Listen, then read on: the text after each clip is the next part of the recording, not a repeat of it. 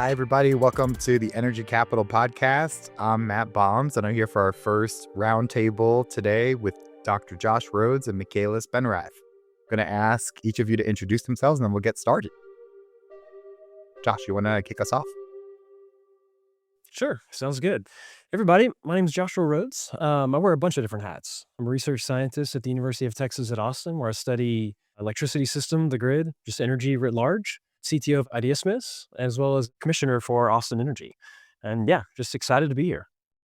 All right. Hi, everybody. My name is Micalah Spenrath. I also wear a lot of hats, but my main and biggest hat is that I am a Deputy Director of Policy and Energy at the Houston Advanced Research Center, where I spearhead our legislative and regulatory engagement, specializing in energy policy. So happy to be here. Well, I'm really excited to be with you both, and we've been tasked with this enormous responsibility of co-hosting this podcast, and I'm happy that we all have the chance today to talk. And I want to get into each of your backgrounds and ask each of you to just explain kind of how you got into the energy world, what inspired you to get into this topic, and kind of how did it all start? What's your origin story? Josh, Micalah, whoever wants to kick us off. Mine was actually already previewed on LinkedIn, so I'll give you the SparkNotes version. I actually did not intend to get into energy policy. It just happened kind of serendipitously. I went to grad school for engineering, dabbled in some law and policy courses, and was really inspired. And then I got some guidance from a mentor who said you should really look into getting into policy. He didn't specify which kind, but considering I'm very interested in climate action and things like that, I figured energy would be a great place to plug in.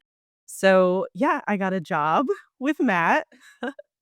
And then that was years ago now. And I've just been getting such positive feedback from the community. And the work is so rewarding and intellectually challenging. And yeah, why mess with a good thing? I think I'm going to keep this going for a while. Yeah. So I didn't start out with the idea of getting into energy. I like science, I like STEM. My undergrad and master's are actually in mathematics. It's Stephen F. Austin and Texas A&M. And really, every time I kept getting out of school was like during an economic recession. And so there was like no jobs to be had. And it was kind of like, well, I'm pretty good at this school thing. So I guess I'll just keep going because I found out if you keep going to school, you don't have to pay your loans back. Like they just keep going. And so I just kept going and going and going. But after I got to like the master's in math, I was like, well, I just don't want to do this for like the math's sake anymore. So I switched to engineering to try to be a bit more applied when I came to the University of Texas. One of the first classes I took was a thermodynamics course. And it took the math that I'd learned and like knew, and it put it in terms of real systems, how systems use energy, like how nothing's 100% efficient. Are no perpetual motion machines, just kind of made it all make sense. And from then I started working with Dr. Michael Weber at the University of Texas, who does a bunch of energy stuff, and first got into like how buildings consume energy. Did my dissertation work, based on that topic from like American Recovery and Reinvestment Funds, from ARA funds. And then when I graduated, kind of switched more to the supply side. So I've been doing more grid modeling and other types of stuff, but it's just like, I've just always been fascinated with just how we do things. And it's like the energy side of things let me kind of put my interest in kind of how things work in the math side into like doing something good for people, for society, and all that. Here we are. Sounds very similar to my story as well. Yeah, absolutely. And actually, thermodynamics was one of my favorite classes in college. So I double click on thermodynamics, but we won't dive too much into that. Would love to actually, but we won't. Man, that's a rarity to hear, to be honest with you. All right, pitching it to Matt. Matt Renison. Well, it's fun to hear how everyone kind of gets into energy through the back door. Like a lot of us didn't necessarily intend to work in this industry, but here we are and we're kind of knee deep in energy issues. I came into it through economics, like trying to study local economic development and understand how some communities are left behind while others seem to thrive. And I think energy plays a huge role in that. And I think, working in Texas, we have a first row seat to kind of how the state has undergone this amazing development over the past few decades. And a lot of that is really, you can draw a straight line between that and energy, right? Just the abundance of energy that we have in Texas. So I wanted to ask both of you, in your experience, the way that people think about energy in Texas, what is the most common misperception, or how do you think about energy, and how is that different from how the average person thinks about energy in Texas? I can start with that because I used to just be an average person not too long ago. And quite frankly, I just didn't even think about it. Outside of thinking about emissions and cost, of course, because we all paid utility bills, I really did not consider utility regulation. I did not think about reliability. I didn't think about ERCOT except when they were asking me to voluntarily conserve multiple times a year, which was fun.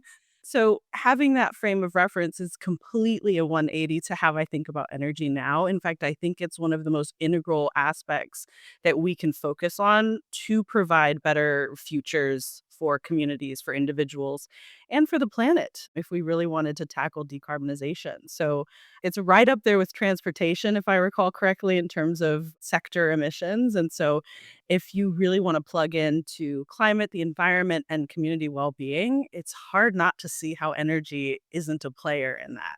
So, I think about it from a regulatory standpoint now. I think about it in terms of affordability and also legislation. So, seeing how our lawmakers are basically setting the ground rules when it comes to how our energy system works, and that impacts my bill at the end of the day. So it really does behoove us to keep an eye on what's happening, and yeah, that's that's pretty much where I'm at now, which never really appeared in my mind prior to getting into energy policy, but it is so important. Yeah, I think most people used to really only to consider energy like gasoline because it's the big number that's kind of on billboards everywhere as you're driving around. But really in Texas, I think since, when Winter Storm Uri hit, it really shoved the electricity sector like front and center. I used to have to explain what ERCOT was, what the grid was, and then, after that, didn't really have to. Sometimes when I said that I worked on that, I'd have to duck afterwards. Energy's really kind of in the Texas psyche now. We've always been the energy state. I mean, we produce and consume pretty much the most of all forms of energy. And you'd be in top 10, if we were a country. But like it's so much more to the average Texan than it is to other folks. You just given, how many people work in the industry, whether it's the oil and gas industry or electricity or renewables or all these other kinds of things. Like I think it's probably more front and center nowadays than it has been in the past. And now even more so with things like all the data centers and electricity growth and like affordability, like it's even becoming even more kind of front and center. Yeah, you raised that, Josh, and I wanted to ask you both about, as this year comes to an end, and what really was the top story in 2025 when it comes to energy? Because to me at least, it feels like a lot has changed from this time last year, and we're in a completely different energy paradigm than we were a year ago. So for you both, what was the big story of 2025? Well, the biggest story for me was certainly the changes to federal policy related to a lot of different energy technologies, particularly wind, solar, but also batteries, looking at some of these large programs like the Solar for All program, which was intended to deploy distributed solar and storage in communities that were really energy burdened. And unfortunately, that has been a very bumpy road, and a lot of changes that aren't necessarily positive have occurred based on the changes that we saw in the One Big Beautiful Bill Act. So that's the biggest story for me, is that federal policy does actually make a difference, and having an all of the above energy strategy within the state is of course advantageous, but having that mirrored on the federal level, we can achieve so much more. So I think for moving forward over the next few years, I'm really hoping that we can align those two visions between our state and the federal level and really make progress on a diversified energy strategy that brings down cost and enhances reliability and affordability, because I think both are important. So that was the biggest story for me. And even though the changes were fairly negative from a lot of the renewable side, I'm optimistic that, markets will continue to work, consumers will continue to be heard and say that we want, what we're paying for essentially, and we don't want to have prices rising for ideological reasons, for example.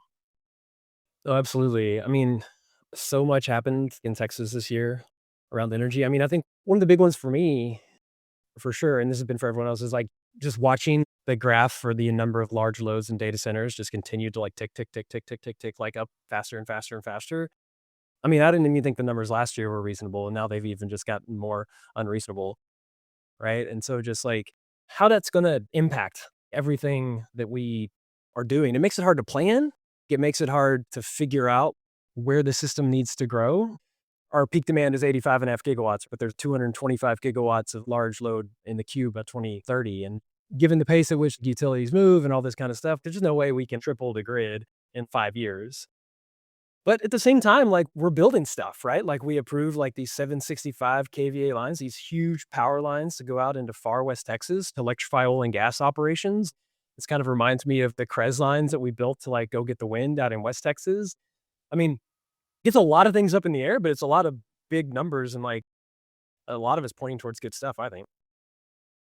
Yeah, I do want to double click on that. Like in Texas, we are still building things, and you cannot Yeah. point to every single state and have that same perspective. So I think even with the uncertainty, even with the changes that we're seeing, it seems that Texas by design is quite resilient. And I'm really optimistic that we're going to continue our energy leadership and really show what we can achieve when you are tech neutral, when you are an energy only market, when you allow resources to compete on cost and showing up and reliability and affordability, not necessarily if you're a fuel-based resource or if you're intermittent and things like that. So I think, yeah, I'm a bit optimistic about it.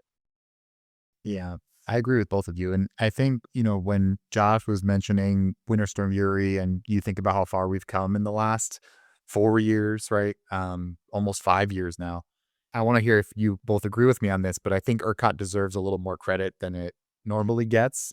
And the reason I say that is because a lot of the projections that came out of it was House Bill 5066 that was allowing the utilities to essentially inflate the load projections. And ERCOT came in and adjusted those projections and took a serious look at how much of this load is legitimate. Like how many of these data centers are really coming to do business in Texas? Because just from an operation standpoint, they need a number to work off of. And that determines how much generation we need to build out. And it also determines how much transmission we need to build out, which again, I think ERCOT and the PUC deserve a lot of credit for a more forward thinking mindset than we've had traditionally in Texas, at least over the past decade or so, trying to work with all this load growth, figure out how much of it is really coming to Texas, and then what do we need in order to meet the new demand that's coming. So he's sticking with like the transmission lines. I think to like the state's credit, these are economic enablers, right? There's no one individual project or group of projects that, would justify this, but like you basically make the sandbox bigger for everyone to work in. Like if you build this infrastructure, it is going to, benefit all kinds of energy across the state from oil and gas to renewables and et cetera. Yeah, so my perspective is that we really have started to lay the foundation to integrate large loads in a much more sustainable fashion with Senate Bill 6. And the PUC is doing a lot of great work on that. They have several projects that are dockets that are open, and they really are taking it seriously and they're making progress with the capacity that they have available. So I definitely think the PUC does deserve some kudos, but ERCOT as well, because even before we had a finalized Senate Bill 6, they were already looking at the interconnection process for large loads. I forget the number of the MPRR, but yeah, so they were all really considering this, and then getting the legislative direction just added fuel to that fire. And I think we are moving in a very positive way. There are things that we still need to hash out, right? So making sure that data center load is met with sustainable outcomes, right? So we don't necessarily want all data centers to just have their own natural gas plant. That would not necessarily be the best thing for air quality and community well-being for the communities that are located near these data centers. We do want them to be good neighbors. I think that there's a lot of work to be done in terms of making sure the policies at the state and local level align to make sure that that can happen. And yeah, if we can encourage like using solar and storage to meet that load, I think that that would be a real significant movement in the right direction. You've seen other states like Oregon, they've passed a bill that does actually aim to have sustainable or renewable fuels, I should say, renewable technologies provide the energy for these data centers. And that's something that Texas can certainly replicate if we wanted to. Yeah. And they're the cheapest megawatts out there. And it feels like a lot of these data center companies are, because of their own internal corporate goals, they're going out there and trying to procure renewables and storage as the market is currently structured, right? I Yeah. wanted to ask you both. Oh, sorry, Josh, go ahead. I heard something mentioned the other day, a comment that like, right now with data centers, it's kind of speed to power. And so it's kind of like whatever we can do to get the megawatts the fastest. But eventually they're going to have to compete with each other once they get it, right? And so like they're going to want that, unit cost of energy to go down, like such that their, dollar per token, dollar per my students cheating on their homework goes down, right? So, I mean, I think we'll get there. It is a weird time right now with like how fast things are moving and how much they're willing to throw at it. But I think long-term equilibrium, yeah, I think we do end up kind of with that lowest cost energy, which, yeah, like you said, when solar and storage right now. But to your point, Josh, you mentioned something that was really interesting, which is what's unique about this particular load is that they do move so fast and they are Yeah, of such great magnitude, right? We typically have not seen that before, and it right. creates a lot of challenges when it comes to energy planning.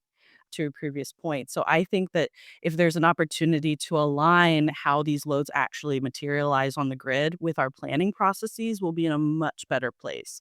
And I think that the acknowledgement that that's needed is already there. But I mean, that's like where the crux of like the affordability argument hits. We're trying to build so much infrastructure so fast right now, but it's also the fact that that infrastructure is really expensive right now, right? It's like the top of the market for transformers and for poles and for power plants. Like with my commissioner hat on, like I know that, natural gas power plants are 2.5 times what they cost a few years ago. Transformers are, double what they cost a few years ago. Lines, the wires cost way more than they did. And it's just like you buy your house at the top of the market. When the market corrects, like you don't get to readjust that principle, right? If we buy a bunch of expensive stuff right now, we're going to pay for it for a long time. So we've got to look into like how do we cost share this thing or how do we do this differently than we have in the past? It's a big deal. Yeah, it feels like unprecedented times. And I Yeah. wonder, listening to you both, like I agree with you, Josh, that we're building out the sandbox for everyone. However, this stuff has to get built somewhere, and Yeah. communities are already starting to push back against some of the 765 transmission build out. We've seen legislation the last 3 sessions in Texas against renewable siting. So my question would be for both of you, how much do you worry about that? And I think what can be done to make communities feel like this is the right thing to do for economic development in Texas? It's a good question. So, I mean, I've done quite a bit of work on like the impact of renewables and storage. Someone, a wind farm is built in a certain community. What does that mean for like landowner payments and taxes? And generally, it can be, quite large. In fact, if you look at like the sum total of landowner payments and taxes that the existing and soon to be built fleet are looking to pay, it's like $50 billion. It's not a small amount of money. It's a lot of money. And a lot of that flows to rural parts of the state, right? And so it's areas that don't normally get economic development, and it can be, helpful in terms of having, longer term sources of energy.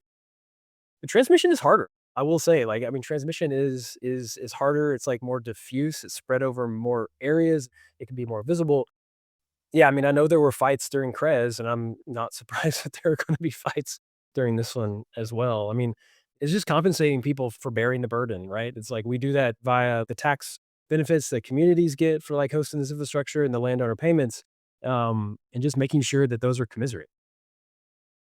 So when it comes to siting, the main thing that I think about is balance. So and compensation, of course. So it's very Texan to say, let's go ahead and do something, but compensate me fairly for it. And I think that that is very fair. Also, risk management. So if we're asking them to host this infrastructure and these projects, we want to make sure that they're safe and secure. I think that's absolutely valid as well. For me, it's also a conversation about sustainable outcomes. So we do need to build a lot of things, and that's no surprise to many people. But we need to do it in a way that preserves our natural resources to the extent possible. And I actually think a lot of rural stakeholders would agree. I mean, if you're raised in the country, it's a beautiful place to be. And there's a relationship to the land that you may want to preserve. And I think that that should be honored and respected as well when we're having these conversations. So I think that it's all about balance, it's all about trade-offs, and it's all about optimizing emissions reductions with natural resource stewardship and community fairness and compensation. Completely agree. And it's highlighting the positive stories because I think for every negative story out there, there's 100 positive ones that maybe aren't spoken about as much. So some of this really has to do with communications. And I think how some of these projects are interacting with communities, maybe highlighting the good actors as much as those bad actors get highlighted in the news. We can always find 100 positive examples for every bad one. But Josh, you were going to say something? Well, Matt, what do you think has been the biggest energy story this year? I mean, this year's got to be data centers. Like, it's unavoidable. And I think it's not just a Texas issue, it's all over the country, right? Like, there's no energy conversation now without talking about data centers. And I think it's interrelated with everything else we talk about in energy. Like, Yeah. the whole conversation around the 765 lines, it did come from the Permian originally as far as oil and gas and electrifying those operations. But at the same time, you can't really accommodate all this new load if you don't have a sufficient transmission infrastructure. And Micalah and I have worked on this in the past at the Capitol, at the PUC, at ERCOT, trying to push for transmission build out, but it didn't quite happen until the load was really clear that this is this huge tsunami that's going to hit us very quickly in Texas. And if we don't build out transmission quickly enough, then we're not going to be able to meet that demand. So for me, that was definitely the number one story in 2025. And then all the flexibility around like DERs, demand response, reducing energy waste, all of that is now very much on the table in a way that it wasn't this time last year. And I think that's because of the AI data center growth. I've got a joke going around that like I can't talk about energy for more than 5 minutes in the state without talking about data centers, and all my energy newsletters have become AI newsletters. Um, yeah, and I'm sure it's vice versa on the other side. All the AI newsletters have become energy newsletters, et cetera, et cetera. Yeah. Matt, I have a follow-up question for you. So you work with a lot of advanced energy companies, some of which are solar and storage organizations. So what gives you the most optimism when it comes to renewable growth in the next year?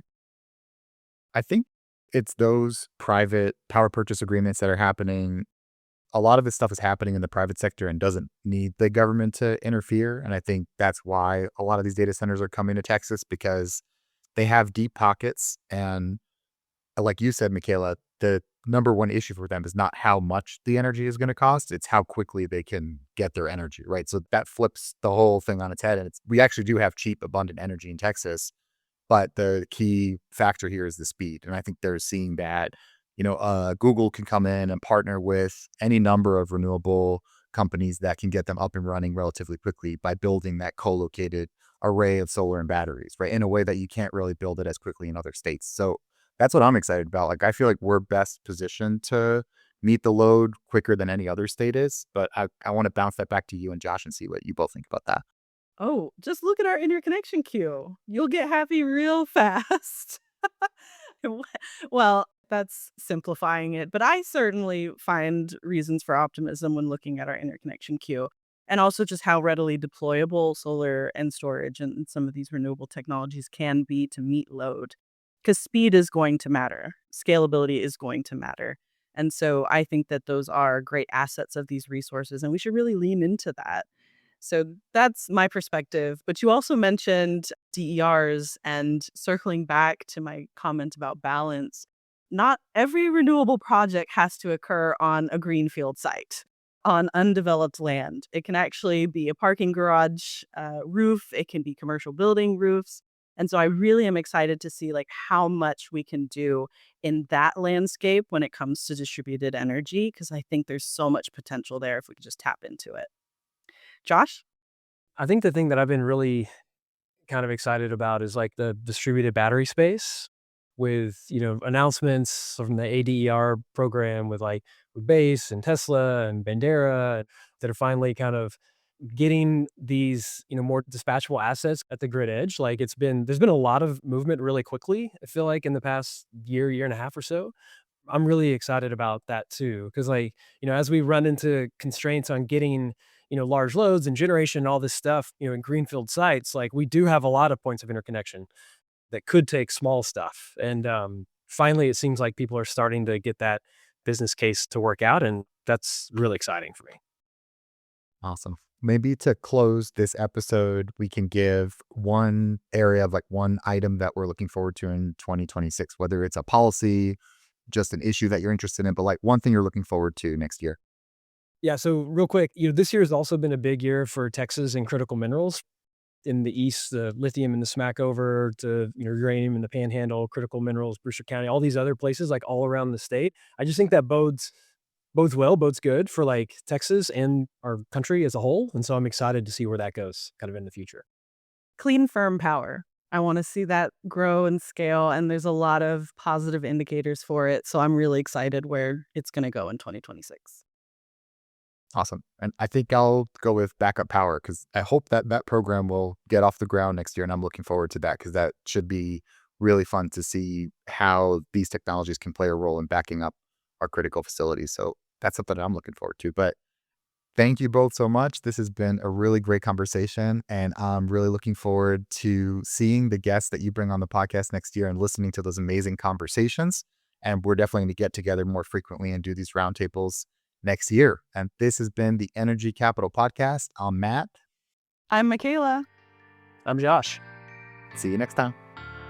Thanks for listening to the Energy Capital Podcast. If today's conversation helped you make sense of the energy world, share the episode with a friend and hit follow on your podcast app. You can find us on Apple Podcasts, Spotify, and all the usual platforms. For deeper analysis each week, subscribe to the Texas Energy Empower newsletter at texasenergyempower.com. That's where you'll find every episode, every article, and all of our latest updates. We're also on LinkedIn, X, and YouTube, where we post clips, insights, and ongoing commentary. Big thanks to Nate Peavy, our producer. I'm Matt Boms, and I'll see you next time. Stay curious, stay engaged, and let's keep building a stronger, smarter energy future.